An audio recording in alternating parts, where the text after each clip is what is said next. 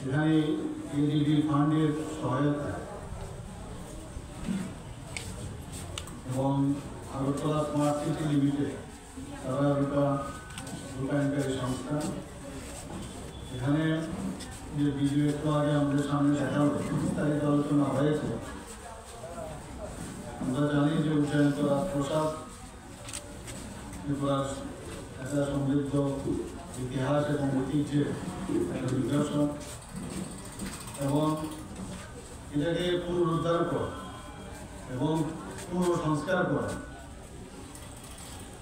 আজকে Agartala smart city limited সেটা করতে পেরেছে। আমি এর আগেও কয়েকবার আমি এসেছি, এখানে যখন কাজ চলছিল এখানে আসি। আমরা সবাই মিলে কবে এটা শেষ হবে, আজকে একটা শুভ দিন আমি বলবো।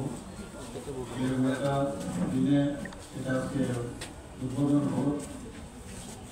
এতে করে নাগরিকদের যে উপযোগী একটা ব্যবস্থা আমি বলবো, এত সুন্দর একটা ফাউন্টেন আমরা এখানে দেখলাম, এবং একটা ডিজাইন সুসংহত আমি বলবো শহর কেন্দ্রিক যে একটা ডিজাইন এখানে তৈরি হয়েছে বা সাজানো হয়েছে, এতে করে আগরতলা শহরের বা ত্রিপুরা সম্পর্কে যে একটা ডেফিনেশন সেটা কিন্তু পাল্টে গেছে। It can be defined in some good form. বাইরে থেকে লোক আসবে, যখন এগুলো দেখবে ত্রিপুরাতেও আগরতলাতেও এই ধরনের একটা ব্যবস্থা আছে, পর্যটক পুরো বাড়বে এখানে নিশ্চিত। এবং এখানে বলা হয়েছে বাগান এলাকাও এখানে সৃষ্টি করা হয়েছে এবং খুবই সুন্দরভাবে সৌন্দর্যায়ন করা হয়েছে।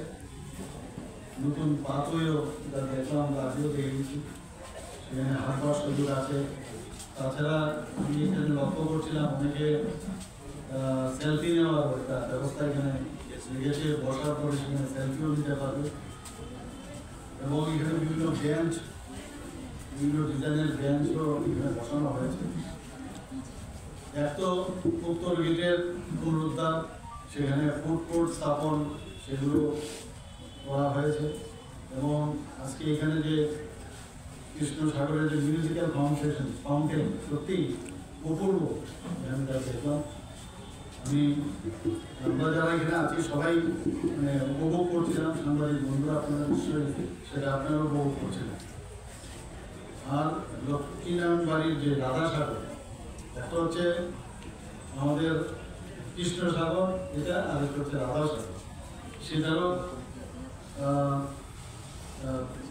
যাতে ওখানেও সৌন্দর্যায়ন করা হয়, তারও ওয়াটার স্পোর্টস এখানেও ব্যবস্থা রাখা হয়েছে। এখানে পুরো সমস্ত জায়গায় রেলের যে সিস্টেম সেটারও ঠিকভাবে হয়, তারও ব্যবস্থা করা হয়েছে। এখানে যেটা আমি বলছিলাম যে লেকের পাশে হাঁটার ব্যবস্থা রাখা হয়েছে এবং সুদৃশ্য আলোকসজ্জা, পার্কিং জোন এবং মাল্টি অ্যাক্টিভিটি প্লাজা এবং এমফিল থিয়েটার সহ পেছনে যেটা উত্তর দিকে করা হয়েছে, পেছনে বাগানের উদ্ধার, প্রসাদের যে ঝোলা লেক সেখানে তার পরিষ্কার পরিচ্ছন্ন সব ব্যবস্থা এখানে রাখা হয়েছে। আমরা চাই যে আমরা সুন্দরভাবে থাকতে,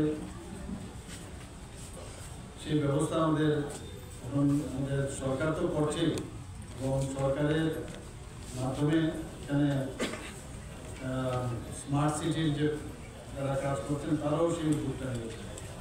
আমি বলবো অত্যন্ত ভালো একটা উদ্যোগ এবং এটা সত্যিকারের অর্থে সবাই এটা এখানে এসে আনন্দ উপভোগ করবে। এবং এরপরে আমরা আরেকটা অনুষ্ঠান আছে এখানে রিভারফ্রন্ট, হাওড়া রিভারফ্রন্টের একটা, সেখানেও সৌন্দর্যায়ন হয়েছে আপনারা জানেন। সেখানে আমরা সব দিকে মাননীয় প্রধানমন্ত্রীজি যা চাইছেন যে সবসময় আমরা প্রধানমন্ত্রীজিকে বলি, প্রধানমন্ত্রী নরেন্দ্র মোদী মানে তার আরেকটা নাম হচ্ছে উন্নয়ন, এবং আমরা এই রাজ্য সরকার উন্নয়নের চেষ্টা করছি।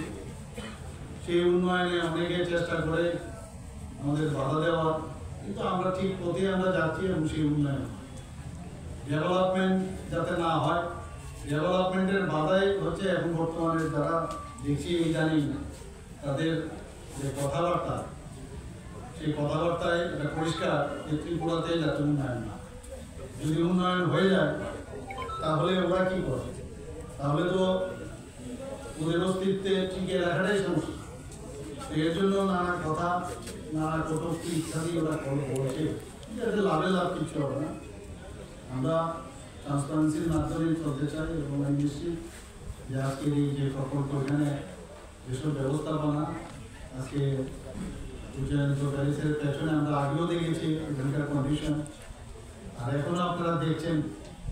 আপনারাও যখন আমি এখানে এসেছিলাম আজ থেকে 2 মাস আগে, তো তখন এই কাজকর্ম দেখতে এসেছিলাম, আর আজকে দেখুন বলা হয়েছে যে কয়েক মাসের মধ্যে এটা শেষ হবে, এবং তাই কথা এবং কাজের সাথে মিল রয়েছে। বাইরে থেকে যখন মানুষ আসে তখন বলছে যে আমরা বিলেন ত্রিপুরার বহু লোক আছেন, ছেলেমেয়েরা, বিলেন ত্রিপুরা এবং আগরতলার এত পরিবর্তন আমরা ভাবতেই পারি। আমার মনে হয় এটা নতুন সংযোজন হলো।